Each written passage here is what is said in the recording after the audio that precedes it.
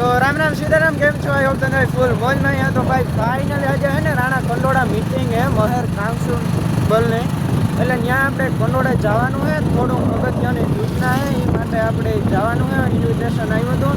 તો ફાઇનલી અમે બે ભાઈઓ અત્યારે નીકળે ગયા કોટડેથી ને આપણે કંડોળે તરફ જઈએ.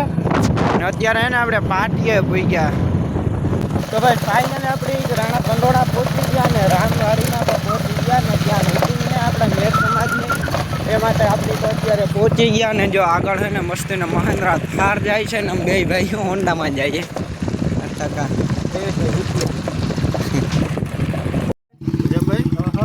તો ભાઈ ફાઇનલ હે ને પોરબંદર ટેડીને પૂગે ગયા. ભાઈ અરે મોજ થઈ ગયો.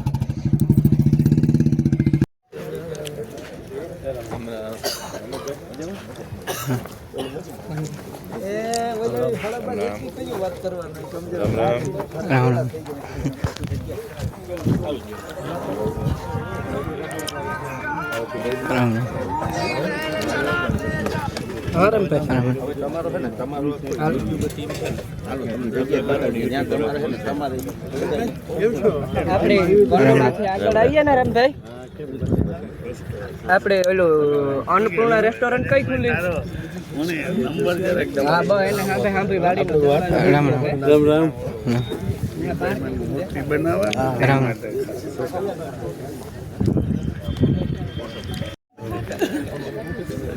રામ રામ રામ.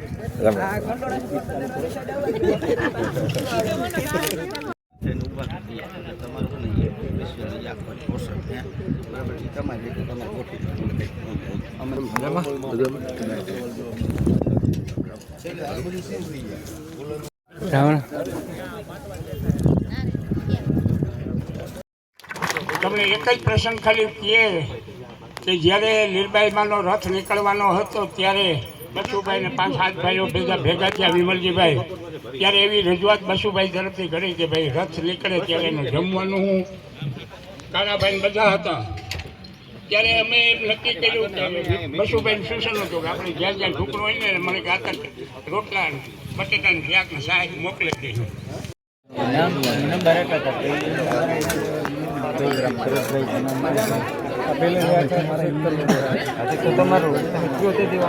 નંબર લઈ લો.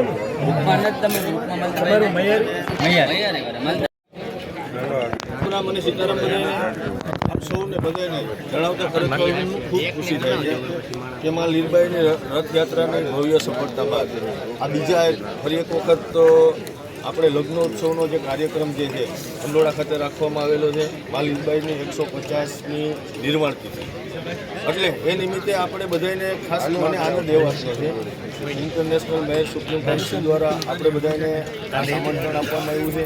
અને માં લીરબાઈના જે વિચારો છે એને તો આપણે સતત બધા વાગોળ જ રહેલા છે, પરંતુ હારે હારે આ જે કાર્યક્રમ છે એનું આયોજન કઈ રીતના છે તેમાં આપણે સૌ તન મન ધન જે કંઈ પણ ભગવાને માતાજીએ આપણને આપ્યું છે એના દ્વારા આપણે આ કાર્યક્રમમાં કઈ રીતના સહભાગી થઈએ.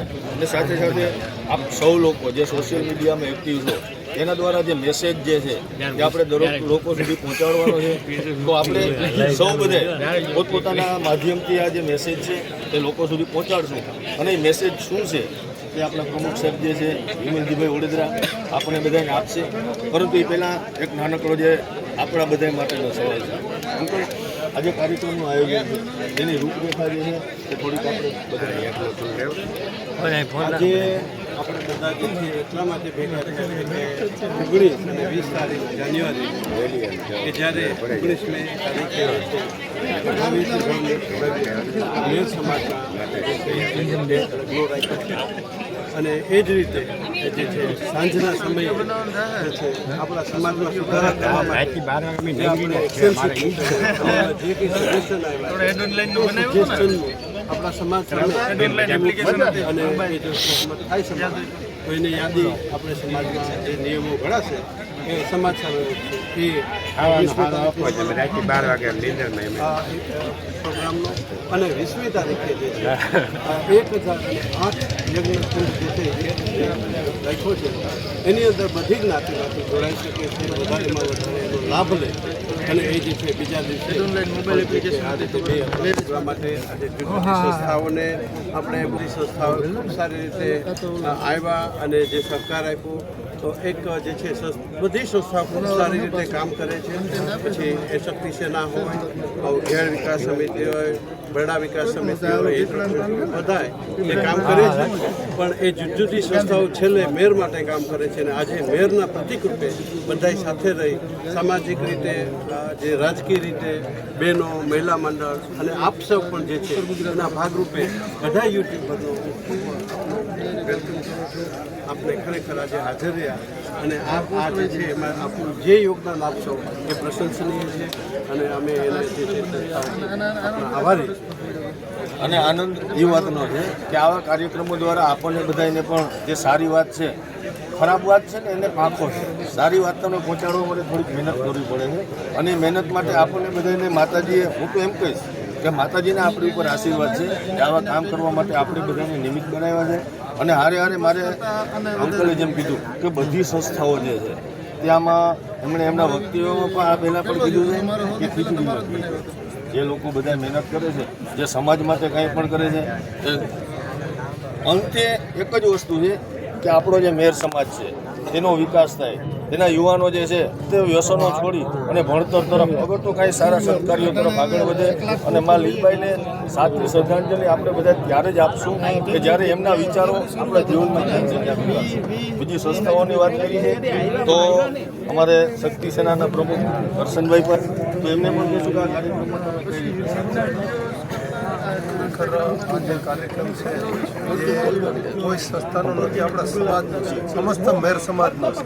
એટલે આમાં સમસ્ત મેર સમાજને આજે ખંભોથી ખંભો મિલાવી અને આ કાર્ય અને માનું કાર્ય છે ને આપણે બધાએ જે આ નિમિત્ત બનવાનું છે અને આપણે બધાએ નિમિત્ત બનીએ અને માતાજીનું કાર્ય છે અને એ માતાજી જ પાર પાડે અને આપણે બધાએ સમસ્ત મેર સમાજ મળી અને આ સહભાગી બનીએ અને આ માના સાનિધ્યની અંદર ખરેખર આ બધાના અભાગ્ય કહેવાય કે આજે કંડોળાની અંદર જે માએ માં જીવતા સમાધિ લીધી હોય અને એના સાનિધ્યની અંદર અને એના શરણોની અંદર આવો ભવ્ય કાર્યક્રમ ઇન્ટરનેશનલ માહેર સુપ્રીમ કાઉન્સિલ દ્વારા અને જો થતું હોય તો આજે સમસ્ત સમાજ અને મળી અને ખંભોથી ખંભો મડાવી અને આ કાર્ય આપણે દીપાવીએ એવી સમસ્ત મેર સમાજ પાસે આપણે બધાને ખૂબ ખૂબ મોટી સંખ્યામાં અને જે કીધું એમ કે ટ્રેડિશનલ ડ્રેસમાં તેદી આવે એવી બધાને વિનંતી કરીએ.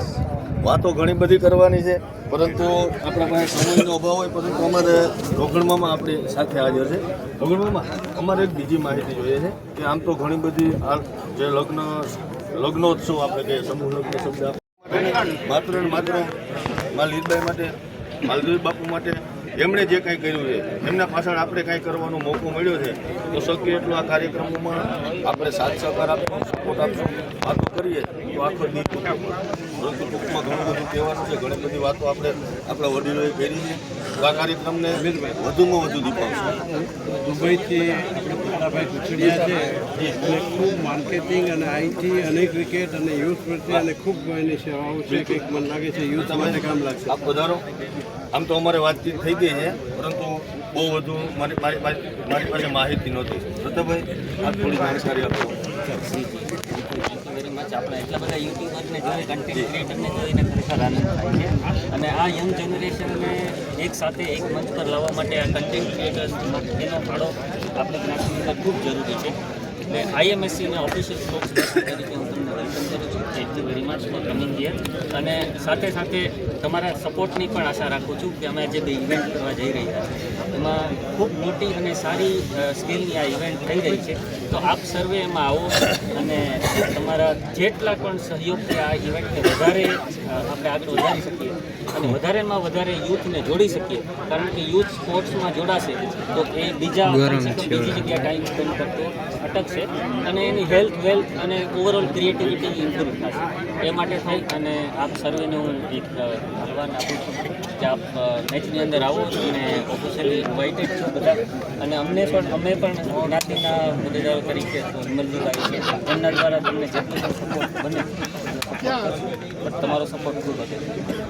Thank you very much. અને છેલ્લે બચુભાઈ કે જેણે અમારા ખૂબ હાર્ડ કાર્યકર છે બધાને પાછળ જે કાંઈ બે શબ્દો એવું હોય ને કે કોઈ સારા મોટા વ્યક્તિ માટે આપણે ક્યારેક ટાઈમ આપ્યું હોય આપણને મનમાં એવું હોય કે ભાઈ વિમલજી અંકલે ત્યારે આપણે ઉપર માથે હાથ નહીં રાખે. દાખલા તરીકે તો આ તો માં છે.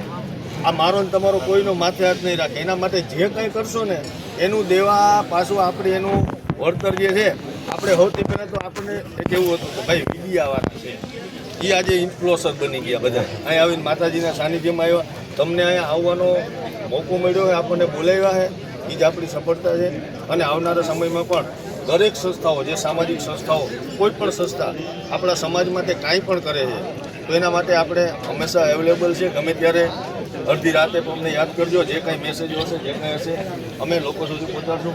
અમારે લાખામામાં એમ કહેવાય કે જામનગરમાં આપણા મેર સમાજનું ઘરેણું કહી શકાય તો એવા સરસ મજાના કામ કરે છે. તમે આજના કાર્યક્રમમાં જે રીતે આપ સર્વે આવ્યા અને મોટી સંખ્યામાં, તો પહેલાં તો હું ઇન્ટરનેશનલ સુપ્રીમ કાઉન્સિલ વતી આપ સર્વેનો આભાર માનું છું. અને બીજું એક કહું છું કે એક પ્રચાર એવો કરો કે 151, 150 જે સમૂહ લગ્ન છે એમાં ઘટતી સંખ્યામાં આપ સૌથી વધારે અમને મદદગાર થઈ શકો એમ છો. કરિયાવરથી એમ કે છે ને સુઈથી લઈ અને ટોટલી ઘરવકરી કરિયાવરમાં દેવાના છે જે અંદાજે 75,000 જેવી છે. અને એનાથી પણ વિશેષ હજી ઘણું મળશે. હમણાં જે ભાઈએ કીધું કે ગીની અર્જણભાઈ કેસવાલાએ કે લગ્નમાં દઈશ, તો આ બધો પ્રચાર એક એવો થવો જોઈએ કે માતાજી માં લીરબાઈમાં 150 લગ્ન આ આંકડોજી એક મનમાં અમારા પ્રમુખશ્રી અને અમારા સર્વ હોદ્દેદારોની અને સમસ્ત મેર સમાજની જે ઈચ્છા છે એ માતાજી પૂરી કરે અને આપના માધ્યમથી એવી હું સૌને નમ્ર વિનંતી. બહુ સરસ. તો વધારે કાંઈ રેડી વખત હતું તો આવા નવા કાર્યક્રમોમાં આપણે સહભાગી થતા રહીએ અને સમાજને ખાસ કરીને આવા જે એમ કહેવાય કે આવા લગ્નોના જે પ્રસંગો છે તેમાં આપણે બધાએ શક્ય એટલા આપણા દીકરા દીકરી ભલે નાના હોય, આપણા ભત્રીજાના લગ્ન હોય, આપણી ભાણેજના લગ્ન હોય, આપણા સગાવાલાઓમાં કોઈના લગ્ન હોય, એને ઘરે જઈ એને આપણે સમજાવીએ, દેખાવથી થોડાક આપણે બહાર આવીએ અને આવા લગ્નોમાં આપણે એમના ઉપર ઉપકાર કરીએ એવું લાગે છે મને. તો આમાં ભાગ લઈ ખરેખર ફાયદા આપણા છે, પરંતુ આપણે આગેવાનોના ઉપર એમ કહેવાય કે જાણે એ આપણને મહેમાનની જેમ આગ્રહ કરે છે. આવા કાર્યક્રમોમાં લાભ લઈએ. ફરી પાછા મળતા રહીશું આવા કોઈ હેતુ સાથે, આવા કોઈ મુદ્દા સાથે. ત્યાં સુધી જય હિન્દ, જય ભારત, જય માતાજી.